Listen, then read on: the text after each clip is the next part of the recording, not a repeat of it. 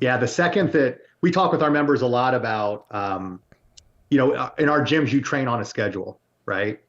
And I've found that one of the reasons why a lot of people fail at this is because the schedule forces you to have to prioritize this. You have to plan around it. You have to schedule it appropriately. Well, everything that's important in your life, you handle that same way with your family, your loved ones, your doctor's appointments, right? All those things are prioritized and scheduled. And the second that you realize that strength training needs to be treated the same way and that it's not optional, it clicks for people.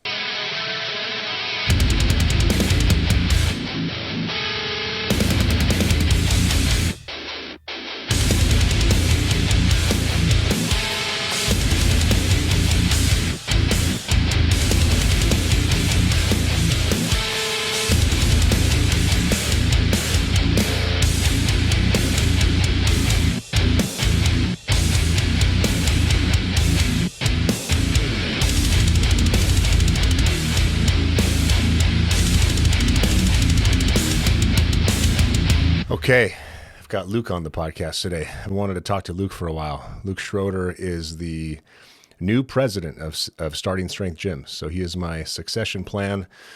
The succession plan has been enacted. He runs the company. Man, I'm really glad to have you. I've got a lot I want to talk to you about. I think a few people will find this interesting. A bunch won't, but that's all right. We're not talking to them. Maybe just you and I. Yeah. Which is perfectly okay. But the thing I wanted to start off with, Luke, was I want to get your perspective on what the hell it is we're doing and what this is all about and why you care about it so much that not only did you put yourself through the program, but you invested a couple $100,000 to open a gym. You plan on opening additional gyms, and you just quit your job to take my job and to run this company. Because I see this thing from my perspective. I mean, it's been blindingly obvious to me since before the company existed that we had to find a way to fulfill the demand for starting strength more simply. And we had to find a way to make this accessible to the general public because it's so valuable. But yeah, I don't really know how else to ask the question other than it's a pretty broad one. What do you think, man? What is your... So why did you do all this? What's your take on it? Why is it important? Just anything you want to talk about, I'd love to hear. Oh yeah, sure. So you left a lot of space to really go wherever we want to take the conversation. So, so thanks for having me, Ray. Now that you're the president of a company, let me give you your PR training. In PR training, they teach you when somebody asks you a question, especially if it's the press, you don't have to answer the question. It's just an opportunity to speak. Talk about whatever you want to talk about. If you're ever wondering why politicians never answer questions, that's the reason why. It's going to take some getting used to. Yeah. Yeah. So I guess I can start with why I was drawn to opening a gym. I think that was my introduction to the Starting Strength Gyms team, to this community. I found Starting Strength a couple of years ago, just as I was, fooling around with my own training. I guess you really couldn't even call it training, what I was doing before, right? Just a lot of traditional bro workout stuff that you see in the gym.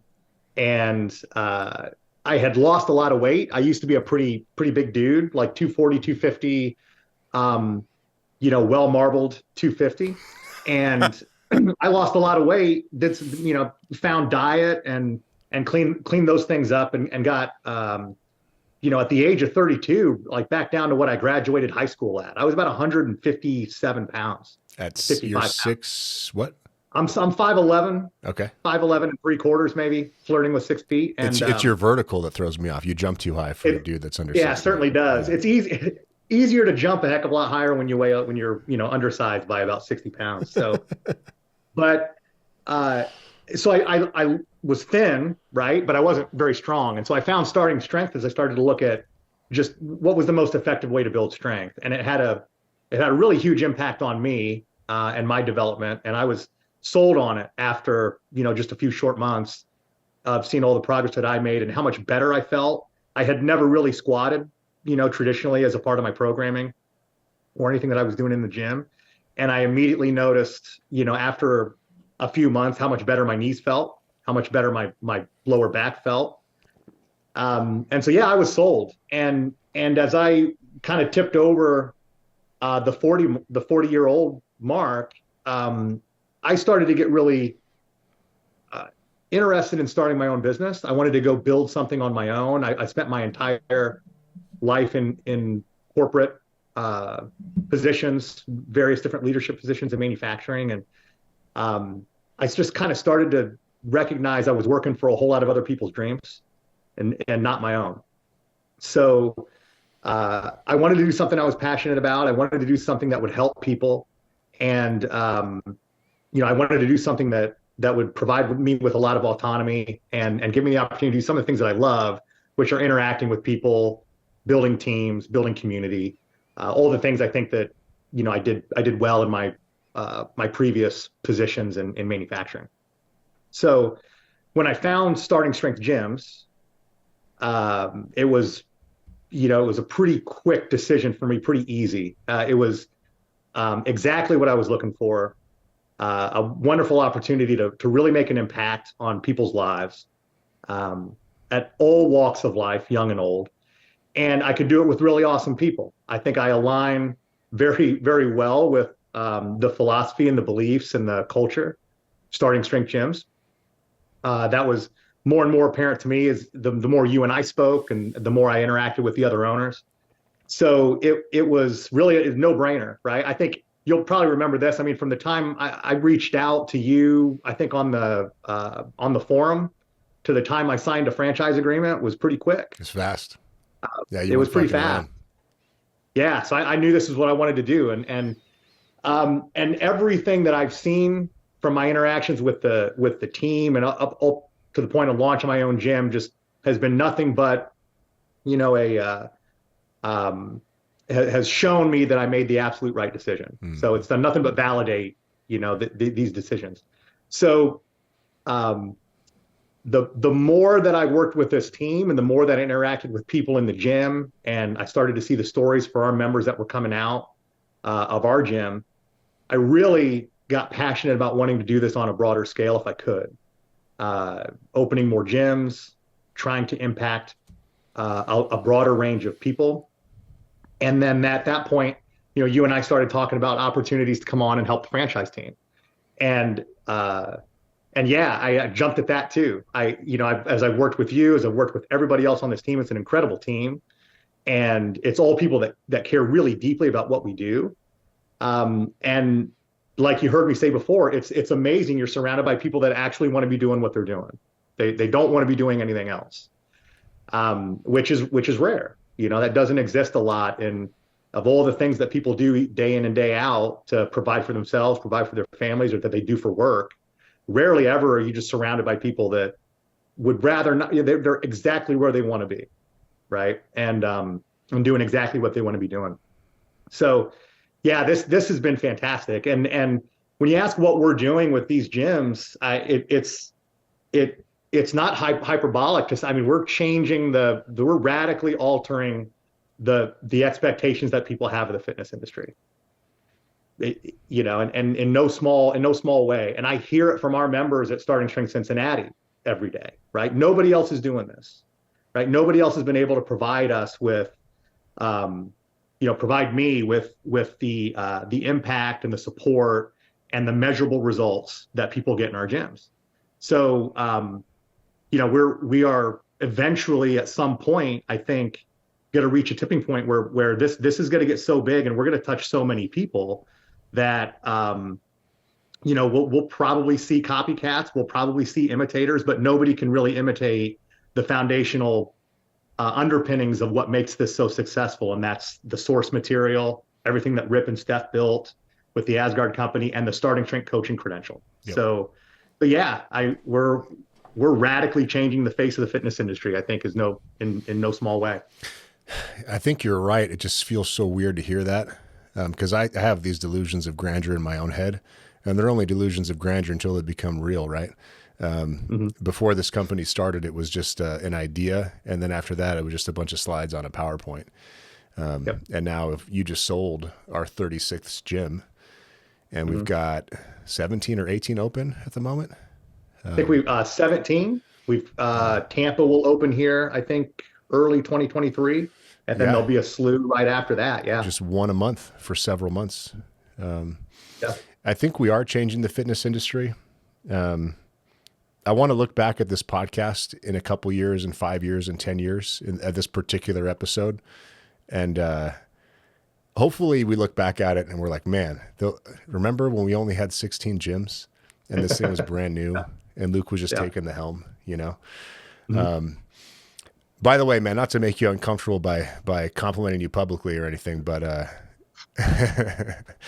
when you came up and spoke in front of the group, and by the way, if you guys watching this or listening to this want to see what Luke had to say rather at the Starting Strength Gyms conference this past September, just check out a YouTube video or a podcast called Ray's presentation from the Starting Strength Gyms conference. Yeah, when you came up and spoke at the end of my update, I was like, this is the guy. He fucking nailed it. So just so everyone knows, I've told the story on a podcast. I'm not sure if it's been released yet or not, but I've told the story on a podcast about how, when you and I hung out for a while for the first time, it was at the retreat. And I think you referred to a very shirtless and red-faced Brent Carter was there. Yeah. Bunch of us hanging out in the hot tub talking. That's my favorite version of Brent Carter, I think. Of course. Yeah. And everyone's, drinking, having a good time. And you and I are sitting there talking about operations, at like 11 or 12, fuck, maybe 1, who knows what it was. Yeah. And I was like, man, interesting. This guy has some legitimate operational expertise. And then I had the idea at the back of my mind that you might be the guy. That idea solidified over time. I then tested you by having you take over franchise sales, which, I mean, if we don't sell franchises, we have no business. That's the difficult part about this model. It's a multi-tiered model. Not only do we have to sell the franchise, but then the franchisee has to fill the gym and also get coaches. So there's like 3 different aspects of marketing and demand fulfillment. So you took that on great. And I also think that that your delivery, your communication style, I think mine's pretty good. I've been doing this a long time. But I think yours is slightly more polished, and I hate the word, but a little more professional. I tend to speak my mind maybe more than I should, and I think yours is just a little more measured. And I noticed that in your interactions with our prospects. Plus, it's always tough when it's the founder of the company talking to prospects, and especially a softie like me. Like I'm always tempted to do special deals for people and make exceptions, and you cannot run a franchise like that. Like a franchise has to be totally systematic and consistent. Mm-hmm. And then you joined, and it took you longer than I wanted it to take you, but I understand you had the golden handcuffs at the corporate job. And then it was go time, and it was go time right when I was about to start making some big investments in the company, and right after we hit cash flow positive. So like a legitimate inflection point, a really crucial part of our development. And the reality is, until you're crushing it, every point of development is crucial. Sure.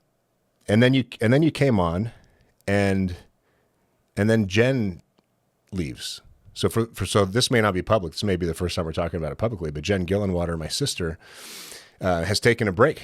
Don't know how long it's going to be, but it is impossible to sprint for the length of a marathon, and Jen only has one speed. So she will not stop. She will not stop unless she physically cannot go any further. So we saved Jen from herself to an extent and had her take a break.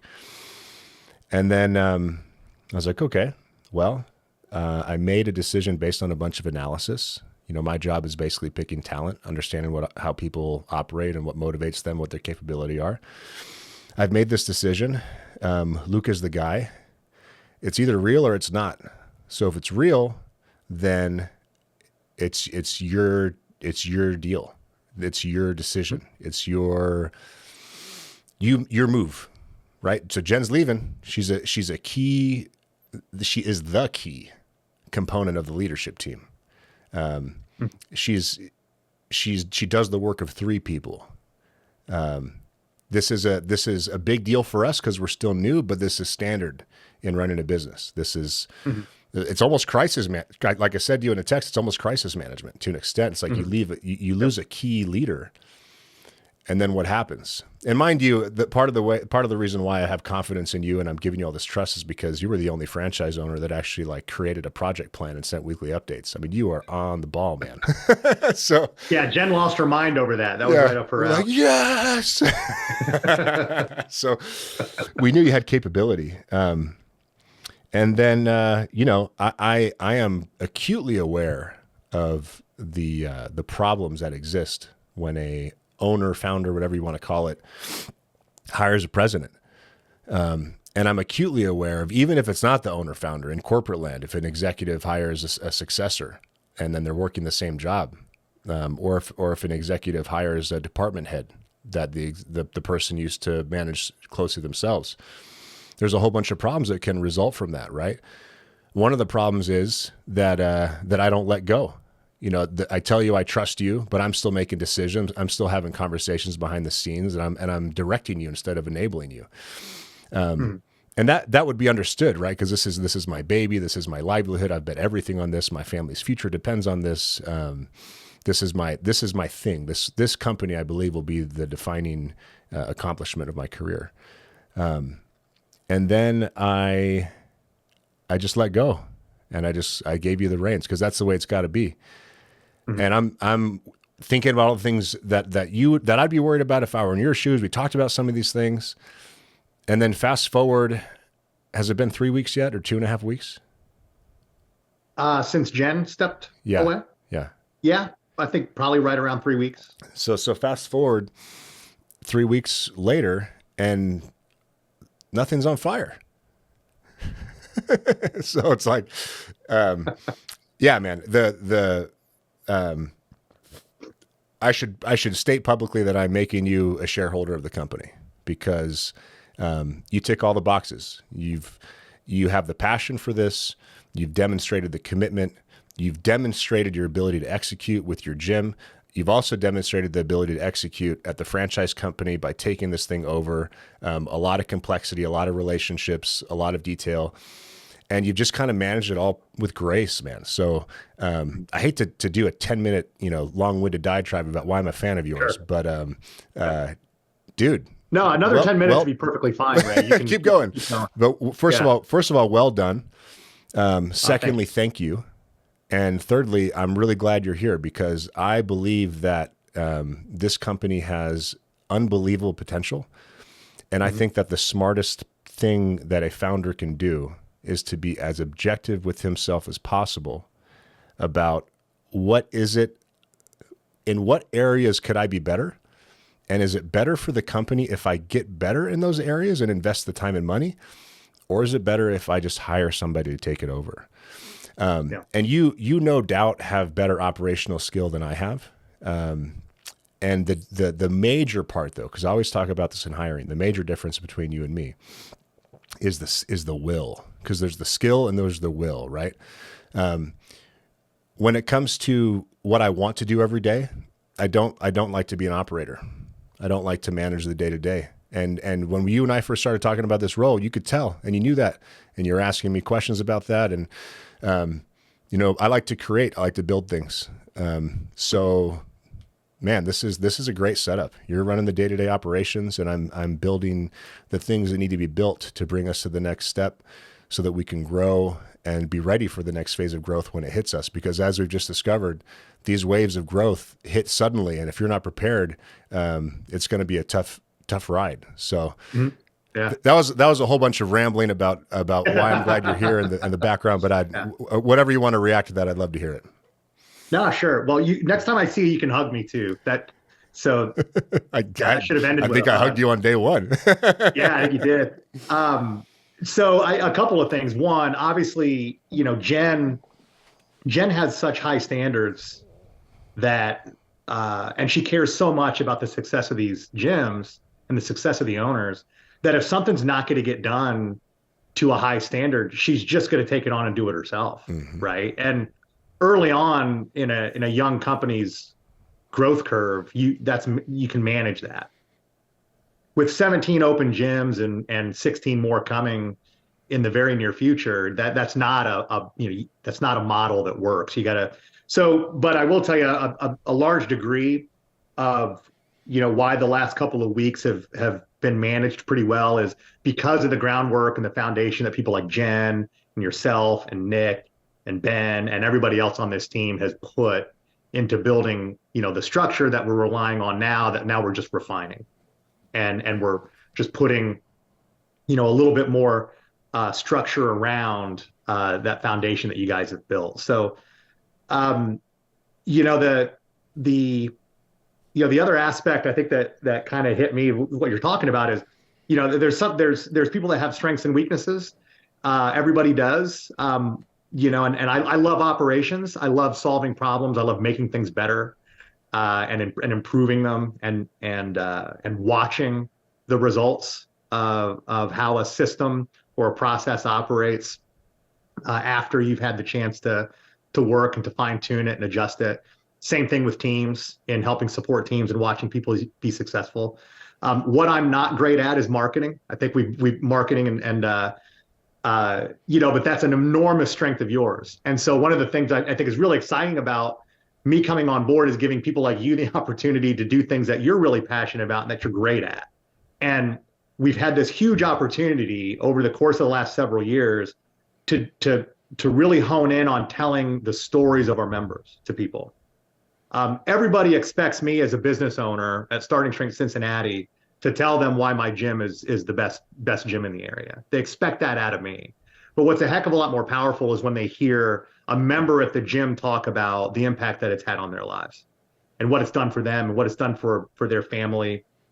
So what I'm most excited about, not just my role, but how it frees up you and your team within the marketing and storytelling department to be able to focus more on that. And if you look at the stories that have been coming out the last couple of weeks, I think it's a testament to just how much improved our storytelling is becoming, with you being able to focus on that a heck of a lot more. So I'm excited about that too, about sharing what's going on in these gyms to a broader number of people, and telling more stories about our members that we're kind of spoiled as owners and franchise members. We see it every day and it almost becomes wallpaper, right? It's just, you walk into Starting Strength Cincinnati, it's, Merce, for example, who's 96 years old, that she just turned 96, who trains in our gym. She rack pulled 90 pounds the other day, right? At 96 years old. I went back and I looked, her first session with us, I think she rack pulled 11 pounds. She right? rack pulled how much So this past session? a 96-year-old woman, 90 gotcha. pounds, Yep. Up from 11, her first session with us. So, but I see Merce every week, right? And so you almost get used to seeing that stuff going on in the gym, but it's profound. It's profound. And I'm excited about getting the opportunity for more people to see what's going on inside these gyms. Yep. Excellent. Well, one of the first things that I did when you became the hotline, when we made the announcement and everybody knew that, hey, Luke's the guy, you need something, please ask Luke, is the moment that for the first time in about 4 years, I wasn't on what felt like some sort of an on-call shift that never ended. Sure. Yeah. Yeah. And everything seems urgent in the beginning, right? So you're just kind of like jumping from thing to thing. But the first thing I did was I went and did a full day video shoot. Yeah. And I kept my phone off for most of it. So it's gonna be Awesome. cool to get through this year, have my daughter in January, figure out how life's gonna work with a kid in tow now, and then create a brand new schedule for 2023, surrounded by storytelling and just figuring out how do we best communicate this to the world. How do we improve what we're doing already? What are our major problems we need to solve? What are our biggest opportunities? So this all ended up working out perfectly. And the older I get, the more that I plan, the more I'm around exceptional people, the more I feel like that's almost always the case. Things just tend to work out exactly the way they should, even if along the way it's real uncertain and bumpy, which this was, to say the least. Sure. Yeah. Yeah, it's certainly at this point though with 17 gyms, and so many more coming down the pipe. I think the momentum that's building right now for this brand is, I don't. You say you want to look back at this video in a couple of years. I think we're going to be really shocked, Yeah. right? Yeah. At what you have built, what it is going to turn into in a couple of years, and most especially as more and more people find out that real productive strength training is the single most important thing that they can do for their health. Mm-hmm. I think that there's such a misconception that you just need to do something, Right. right? And that's what most of the fitness industry is built around. Mm-hmm. Yep. Because they know that they can just convince you to do something. So it's really about finding a gimmick or finding a ploy or some kind of sales pitch or Entertainment. angle. Yeah, exactly. And but I think that we're slowly getting people to wake up and realize that strength above everything and everything else is the single most critical factor to living a fulfilling life. Yeah. And it's a physiological 401k. So it's never too late to start investing into it, but the sooner you start doing that, the better you're going to be when it's time to start making withdrawals. And that for me, I think has been the most fun in this is educating people around why strength is so important for them. Yep. And I think most people recognize it, but they don't, without having somebody vocalize it or talk them through it, they don't have the realization, right? I think they know it, but they don't. I'm not sure. They know it, but they don't really know it, if that makes sense. It makes perfect sense because when you hear Ripito talk about it in the book, you're like, no shit. That's the most obvious logical thing that's ever been said. And You're like, well, but then again, I didn't really internalize it that way because if I had, my behavior would have been different. Exactly. Yeah.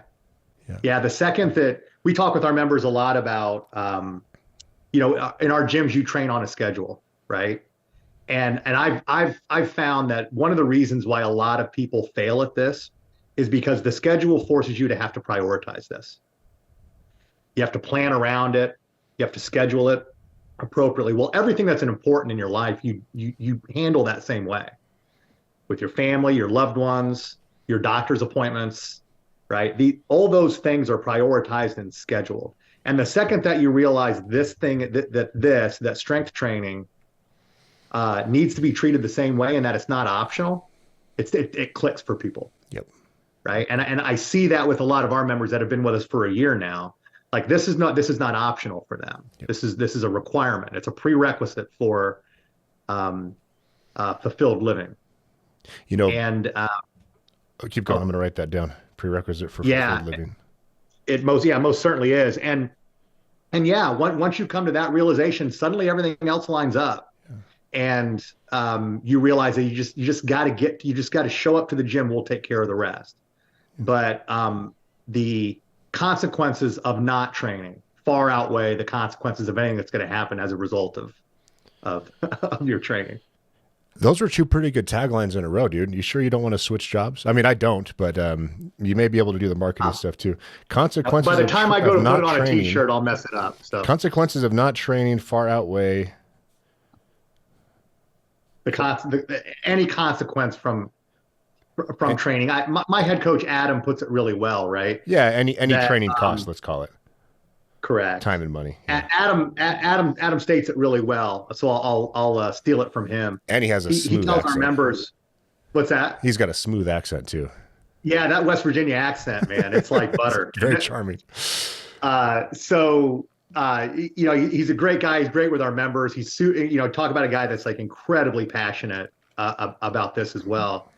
But he says, hey, a consequence of movement, a strain, a tweak, some soreness, those are consequences of movement, right? Well, the consequences of not moving are far, far worse, right? Man, you're talking about immobility, entropy, all these things that are coming for us, right? That we want to fight in our gyms. Yep. but yeah, I've seen that with our members. The ones that buy into that make radical changes to their lives. And I think more and more people are coming to the realization that this stuff is so important that it needs to be prioritized as such. And it's so great that even for the most skeptical members that you see immediately undeniable results in your daily life, especially if you are suffering the downsides of, well, are there upsides to entropy? You're suffering from the aging process and the entropy that goes along with it. You know, these people train for a few weeks and they're seeing, sometimes after the first couple workouts, they're feeling better with joint pain or what have you. And this isn't like one of those things where, you know, with vitamins, you don't really get any feedback. You kind of just got to believe, you know, like, well, you know, logically it makes sense. If I do it, I'll keep doing it. With other exercise programs, with diets, a lot of times it's such a slow effect up front that you're not bought in because you're not sure it's working. And then when it comes time to make that disciplined decision, you're more likely just to go, fuck it. And then do the thing that you promised you wouldn't do because you're not sure if it's worth the investment. But the great thing about this, and why we have, you know, legions of gray-haired folks that make this their job basically, is because whether they believe in it or not, they do it, and you cannot argue with how it's helped them day to day. And then they organize their whole lives around it. And I wanted to respond to a couple of your points. That was actually a pretty big risk in the early days. We were designing this model because we're not an exercise gym. We're a training gym. To train, you have to be on a schedule. Being on a schedule means you've got to be at the gym at the same time 3 days a week. This is not just a gym membership where you get to show up when it's convenient, or you can just pick a class. You have a personal training appointment. So the question was, will that work? Will people actually adhere to that rigid of a schedule? And the answer we found is that not only will it work, but it just so happens to be the way that these people that attend our gyms live their lives anyways, because that's why they're so successful enough to afford our membership, because they know how to plan. They know how to invest in the future, and they're willing to make a sacrifice now for a payoff later. And I think that's why our members are such lovely people. I wanted to respond to a couple of other things you said too, which is, you mentioned the 401k metaphor. And when I interviewed Andy Barman, a member at the gym here locally and a friend of mine, he said that it's actually better than a 401k because with strength, you get to use it while you build it. And the 401k just sits there and to help you later when you might need it. So this is both. And I said, you're damn right. That's a good point. Yeah. And then just a quick anecdote to bounce around here back to the, having to do a rigid schedule thing. Ben's wife, Courtney, who lives across the street, whom you know, who works on the team, works with you now. I started coaching once a week at the Boise gym. So if you're in town, 2:45 on Thursday, swing by, except for Thanksgiving. But this will go on after Thanksgiving. So swing by 2:45 on Thursdays. Courtney missed her first session. And then the second session, she said like, oh, I can't make it today. And I was like, so I called her. I was like, we can't make it. What do you mean? She's like, oh, I got to get a passport photo. I was like, let me ask you a question. If you had a passport photo appointment that interfered with your night's sleep, what would you do? She was looking at me and giving me that look like, you know. I said, you'd reschedule the appointment. So you need to start thinking about training as important as your nutrition and as your sleep. And it's easy to not do that when you're in your 20s, but for the reasons that you perfectly articulated. Let's move on from this. I want to ask you a question about business. I really enjoy talking about business. I really enjoy the philosophy of business. I really enjoy business strategy. Most of what I talk about in this podcast is about lifting and about the kind of peripheral stuff. So this is kind of a fun opportunity for me to talk to another guy that enjoys business. Sure. Can you give me your honest assessment of this company? And you can answer that in any way that you want. But I would like to hear your most subjective and share as much negative as you want. Keeping in mind, I can always edit it out. About how you view where we're at as a company in terms of our maturity, our sophistication, our precision, our completeness of materials, our team, our critical thinking capability, things, the way we've prioritized, things we've done, things we've decided specifically not to do. If you have an impression or an opinion on any of that stuff, I would love to hear your point of view. Yeah. No, sure. So at this point, I would say the company is um, probably a little bit ahead of where most young companies like this would be in terms of its maturation process. Early on, this company, I think you use a pretty good metaphor of just this storming analogy, right? Where you've got a couple of soldiers of fortune that have banded together to build this thing from the ground up, and everybody's doing everything and pitching in to just get done what needs to be done. And eventually, at some point, as the company grows, you've got to build some structure and some processes around how to manage all these things that make a successful company and help franchise owners build successful businesses. And I think we're right at that stage right now where we're starting to hone, refine, and build some structure around all of these things. None of that works. None of it works. And this company is not where it is right now, with over 1,100 members training in our gyms and all these successful franchise gyms that have been open now for a couple of years. None of that exists if it's not for the people that were on this team and that made this happen. So any organization is really only going to be as good as its people. And I think one of the things that I hands down have been most impressed by the Starting Strength Gyms team is the quality of the people that are involved in this team and the focus on, I would almost call it a selfishness in protecting and guarding that culture. So that extends for who we allow to work on this gyms team. These need to be people that are absolutely and completely bought in on Starting Strength. Every single person on this gyms team is passionate and devoted to what Starting Strength represents and to what it does. And that extends then out to our franchise owners. So, we've talked about this a lot, but we tell a lot of people no, that are very interested in owning a gym. A lot of them in the financial position to pay cash to do it out of pocket. But if it's not a good fit, we're simply not going to do it. And so the thing I've been most impressed is just the quality of the people in this community, the franchise team, the owners, the coaches, everybody who's just incredibly passionate about what we're doing. So that I think is probably accelerated the growth of this business faster than the structure that was in place to support it. If that makes sense. So the business and the success of these businesses grew faster than the team could accommodate. And we're pretty strained. Now we're playing catch up on that. Yeah. Right. So it's a lot. Which is great. Especially again, self-funded, right? Because we're doing this all with our own cash. Yes, absolutely. It's easy to have resources when the cash is flowing. Yeah. What's been incredibly unique experience for me, I've worked for really large, multi-billion-dollar companies, and I've worked for a couple of smaller ones too. But this is the first company that I've worked with where I can legitimately.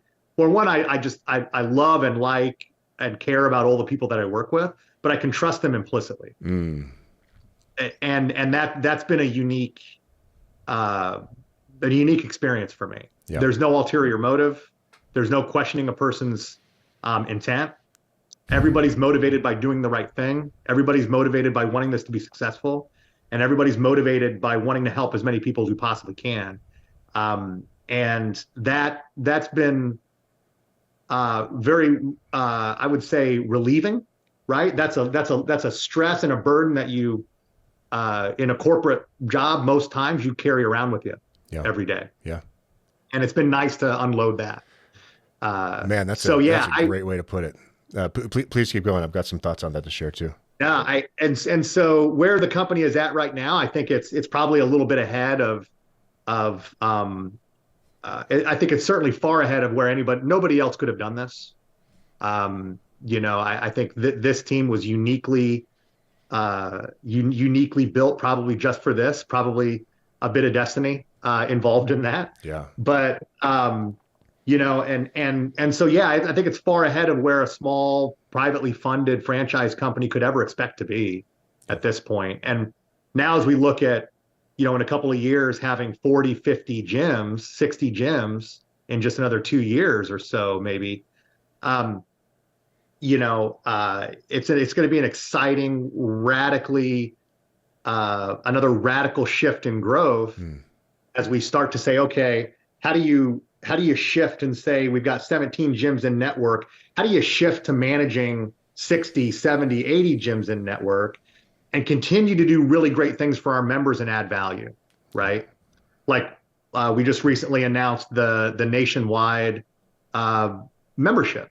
So, if you're a member at Starting Strength Cincinnati and you're traveling to Houston for the holidays, you can train down at JD's gym as a part of your membership with my gym. And, at no extra cost, we just added that benefit for members. So, I'm excited about the things that we can do for folks when we've got, 80 gyms in network. Yep.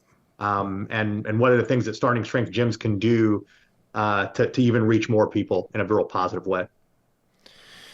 Yeah, let me level with you and everyone listening. I should just totally be upfront and let you know that I am just barely smart enough to be working with Delgadillo, Bradford, and Ripito. Just barely. So just and I'm not fucking around. You can pass. Yeah. You can pass as smart enough to be in the room, right? It's the only group of people where I've ever felt that way before with. And I'm talking about sitting in boardrooms in multiple countries with venture capitalists with funds of, ungodly amounts of money, management consultants that make millions of dollars a year. Rip, Steph, and Nick are very special people. And there's no pretentiousness. It's just like simple, plain English brilliance. It's a very special group of people. And so when I was building this team, the bare minimum standard is I can't bring on anyone that's going to embarrass me in front of Rip, Steph, and Nick. It's pretty good standard. Pretty good standard to operate by. And then I am good at finding people and conveying a vision and getting them to work behind that vision, but having the power of the brand behind me, where people were seeking this out already, that they have so much goodwill towards Starting Strength. Like the CEO of Justin Boots, Greg Crouchley, I called him for this pre-order just to figure out the mechanics. And he's just basically telling me he did this because he wants to thank Ripito because of how he helped this. He called himself like a pot-bellied middle-aged man, age slightly more gracefully than he would have, or something along those lines. Yeah. It doesn't make a difference to his bottom line at the boot company. Mm-hmm. Right, it's a private equity backed company. He just thanks, Rip. So it's a special group of people for sure, and I think you're right about that. And I've been away from corporate land for so long. It's been over 10 years now. I forgot about what it feels like to be surrounded by political snakes, basically, and some intentional because they have they're Machiavellian or whatever, but others just because we're all people and people have weird ways of dealing with conflict and weird egos and all this other shit. Yep. We're all weird in our own way, but we're all weird in a similar way. So we get along pretty well. Yes. The really cool thing about this community, even from the members and the people that follow it, is there's a magnetism, I guess, right? That it just attracts like-minded folks to this community. And that was very important to me. That was why I was drawn to this team.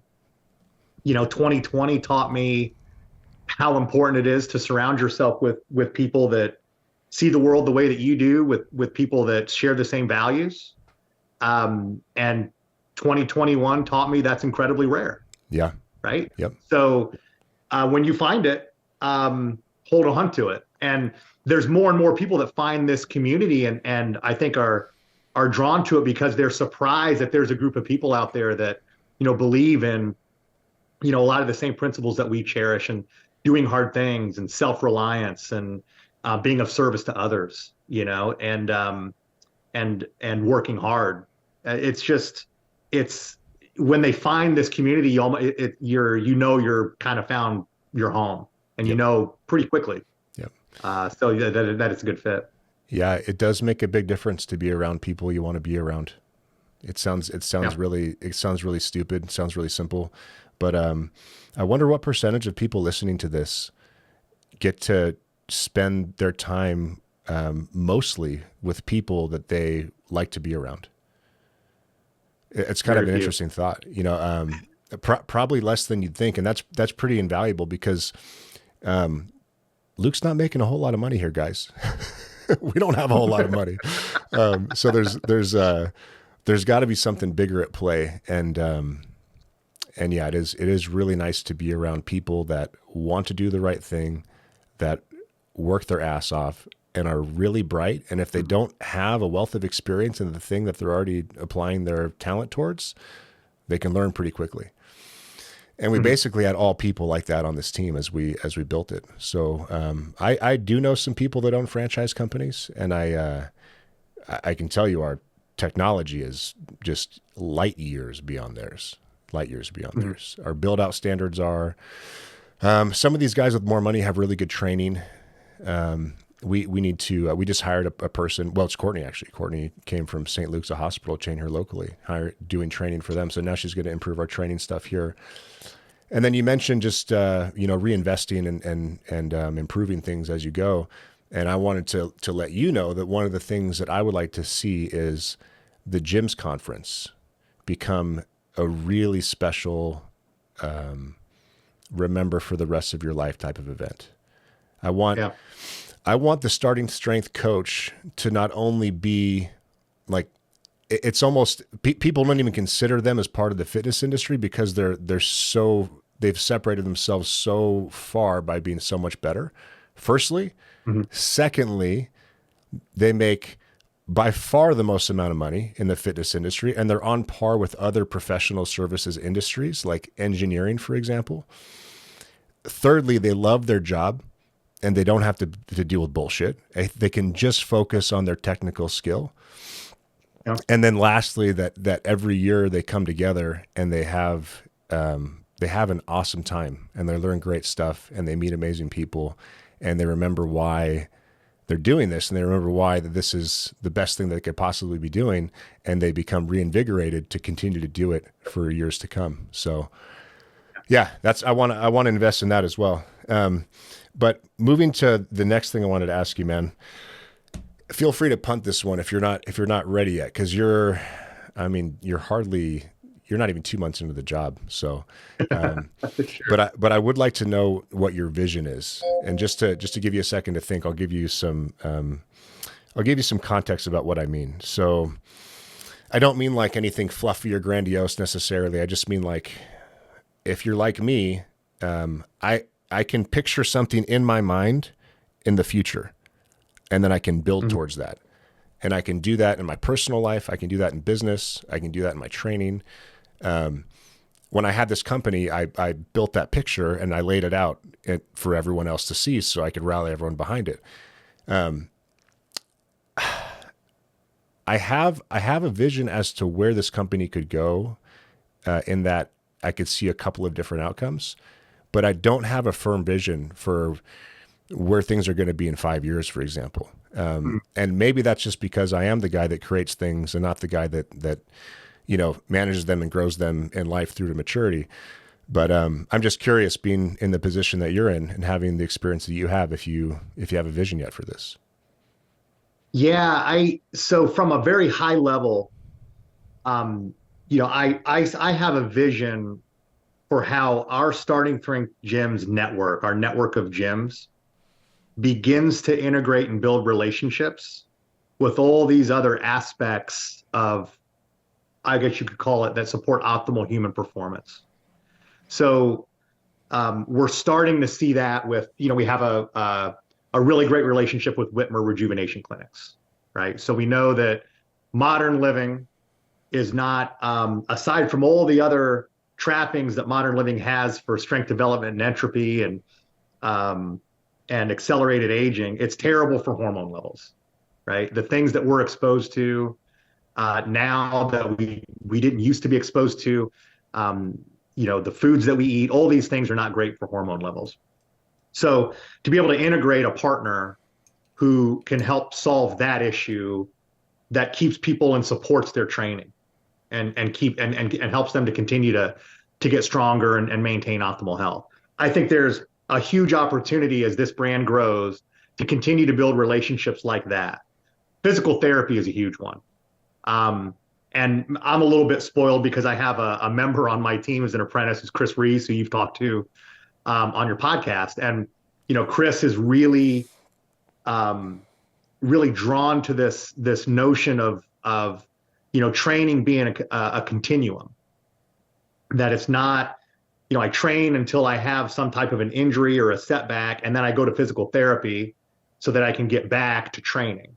I think, as we start to integrate in what we do in the gyms to how that helps everybody at any point in time during their physical development. If they have setbacks, if they have back tweaks, if they have injuries, how training is actually the optimal way that's going to help them accelerate their recovery. So I could see us in the future integrating with some type of an offering or some type of relationship with a nationwide, physical therapy service. I have doctors now referring people to my gym because they recognize the value that strength training has on overall health and on mental health and mental stability. So I think in the next 5 or 6 years, as this brand grows, we have an opportunity to reach out into some of these other ancillary parts of the fitness industry or parts of the health and wellness space, and start to build real partnerships and relationships, so that if you've got a physician that has somebody that walks into their office that is terribly unhealthy and needs to get their physical being straightened out, that they're gonna refer them to a starting strength gym. Mm-hmm.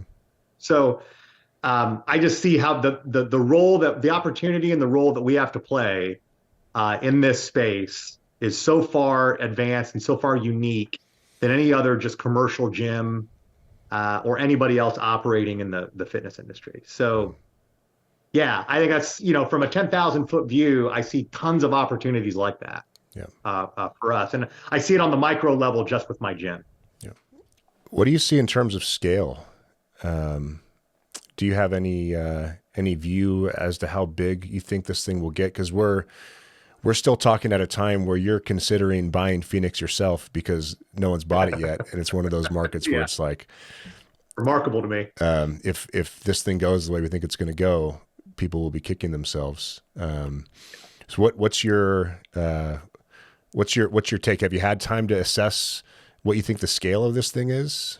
Well, yeah, I've been involved with the sales aspect of this long enough and have looked at enough markets now that have come up. I see no reason why any metro area in the United States shouldn't have a starting strength gym. Right. In it, over a million population. Yeah, and Boise's 240,000, and the whole metro area is 700,000. I think it's approaching. It's growing pretty quick. I think it's approaching 950. Well, it's the fastest growing market in the nation, Luke. I'll have you know. Yeah. Yes, as I've been told. This was an inside joke from one of the events where 3 different franchise owners said their city was the fastest growing in the nation, including Boise. So people get really testy about that, apparently. Yeah. So I think that any major metro area with 1 million population, for me, is a no-brainer. I think a gym works there. Yep. And as we scale and as we grow, I think we're going to find that as this brand grows and there's more brand awareness behind what we do, and there's more of a national spotlight behind what we're doing for people, that's going to open up some of these smaller metro areas. Now, maybe that gym model looks a little different, than our large gym model that we're operating in Houston or Cincinnati or Chicago or Boston, right? But I think there's an offering there. But I think it's the next stage in growth once we've saturated fully these major, million plus metro areas. Yep. We just signed, I think a great example of that is Birmingham. So we just signed Birmingham, Alabama. I think it's a metro area of about 1.1 million. Brandon and Christy are great owners. They're going to crush it. And I think that just like the Boise market, we're going to show that even on these smaller tier metro areas, this gym model works, and there's a huge demand for this. Yeah, when we brought you on and your batch of franchise owners, we had just proven the model in the biggest metros in the country, and I was like, well, we'll see what happens with the next batch. All the math adds up, so this should work. And then you crushed it, and John Hahn crushed it in Memphis, and I'm just like, man, Yeah. I think this thing doesn't need a Houston or a Dallas. I know this thing doesn't need a Houston or a Dallas. So I guess the question is, how down market can we go in terms of overall size and density, which we'll find out. Yeah, it's a great question. I think we're going to find out. But I would not be surprised if we see a starting strength gym or a starting strength gym, a scaled back version of a starting strength gym in a 500,000 metro market in the near future. Let's make that's perfectly. Let's make a business decision on the podcast if you're open to it. Don't feel pressure. Sure. If we don't have enough information, we can wait. Luke and I have been going back and forth about whether or not we should invest in data. So we can take a snapshot of our customers at the gyms, of our members at the gyms, and understand their geographics, where they live, their demographics, their age, their income, their psychographics, how they think, what their habits, what their preferences are. We can create a persona, an archetype, and then we can map every city in the country that we might consider, even some cities that we wouldn't. And then we can see a graphical representation of the density of these types of people in all of the places where we want to go, which is pretty amazing and creepy, but powerful. The guy that we're working with is the same guy that I worked with at BlackBerry. And just to show you how great this guy is, BlackBerry used to kill every product launch. New device came out, you could sign me up for a gigantic shipment. Let's say, whatever, a major product launch would be 1 million plus units for Southeast Asia. We were launching the BlackBerry Playbook, which was a tablet, and corporate was pushing me to buy a lot because I had the biggest market in the world in Indonesia. And I was like, well, let me ask Garrick. Garrick's our data and insights guy. So I said, Garrick, what do Indonesians think about the Playbook? Went out and did a study, quantitative analysis, qualitative analysis, came back. He said, Indonesians by and large think this looks like a digital picture frame, and their purchase intent is very low. I think the chances of being successful here are very low. So I changed my order down to 40,000 units from they wanted me to take some ungodly amount. The problem is if I took the ungodly amount and it tied up all of my partners' cash, because I had distributors I was working with in Indonesia, then they would have had stale inventory. They would not have been able to buy the stuff that we actually need to sell to stay alive, to stay in business, and it would have crashed the entire market. So I told corporate we're only buying 40,000, and they were fucking pissed. And I put my foot down and I said, this is the data. Unless you've got better data, this is what we're doing. Lo and behold, this thing launched. It was a catastrophic failure globally. Catastrophic. And the 40,000 units we bought in Indonesia was just on the high side of right. It was a little bit on the high side of right. So this guy, Garrick, has since gone on to start his own insights company. He still lives in Singapore. He talks a mile a minute, has a thick accent, but he's brilliant. And he is the one who we've been talking with on email about whether or not he can lead this for us. And it might cost us it's probably going to cost us $50,000 to do this. Mhm. which is a significant, I mean, it's like 25% of our cash on hand if we're being totally transparent, right? So it's a huge commitment, but the upside is so high because it gives us so much more precision. Right now, we have a model that works and it works reliably, but this just makes things so much more precise, and then also really maps out what a market's potential is. And by the way, this is all Jen's idea. Funnily enough, she doesn't have a background in this stuff, but she thought to think like, hey, is there a way we could quantify what we're doing as an engineer would? So since then, we've been playing with these different vendors, talking to Garrick. You and I haven't had a chance to talk about this since our meeting or since our email thread. Just curious what you want to do. Yeah, I'm interested in it. I think we're working on trying to get a call set up to get all of us together. Data driven decisions. I'm certainly a huge fan of that, and the provided that the solution is going to work out and it's going to do two things for us. I think one, will it help us better analyze and pinpoint exactly where our members need these gyms in a certain market. So, when I go to build a second gym in Cincinnati, I know we have people out there that need it, right? Where do they need us to put it in order for it to work best for them, for where we can help the most people? So I think being able to provide that for our current and future owners, there's a tremendous value if we can get that right. Yep. We've done pretty good with that so far, right? We've done pretty good with that so far, but there's still, without that data, there's a little bit of guesswork, and there's a little bit of gut feel, right, behind where the gym needs to go. But then the other, is the ability to go into a market that maybe is not the first, maybe it's not in the top 20 or top 30 remaining markets that we would be focused on, but will it work? We get inquiries on a lot of small markets. Yep. And right now it's very difficult for us to tell an owner with confidence that we think a gym can work here, and here's the data. Here's what we're looking at to be able to make an informed decision on that. So, I think if we can get on a call with these guys and we can start getting more data to make better decisions, I'm always a huge fan of that. Yep. Yeah, I've been curious. Will a gym work in Spokane, Washington, or not even Spokane? Let's say Coeur d'Alene, Idaho, right? Yep. I've had a couple people ask me if a gym would work in Coeur d'Alene. I don't know, mm-hmm. And it would be great to say, well, based on the density of this target demographic that we have evidence comes to our gym, it looks like it's pretty low risk. That would be a lot better than just being like, if you feel like it's going to work, roll the dice. We'll see what happens, Yeah. So Luke, we're an hour in. We can go as long as you want. I have a bunch of stuff I want to ask you, but maybe we'll save it for another episode. You'll be here in town in February, so we could always talk then. This may not come out till February, by the way. But while we're talking now, was there anything else you wanted to talk about or mention or anything at all?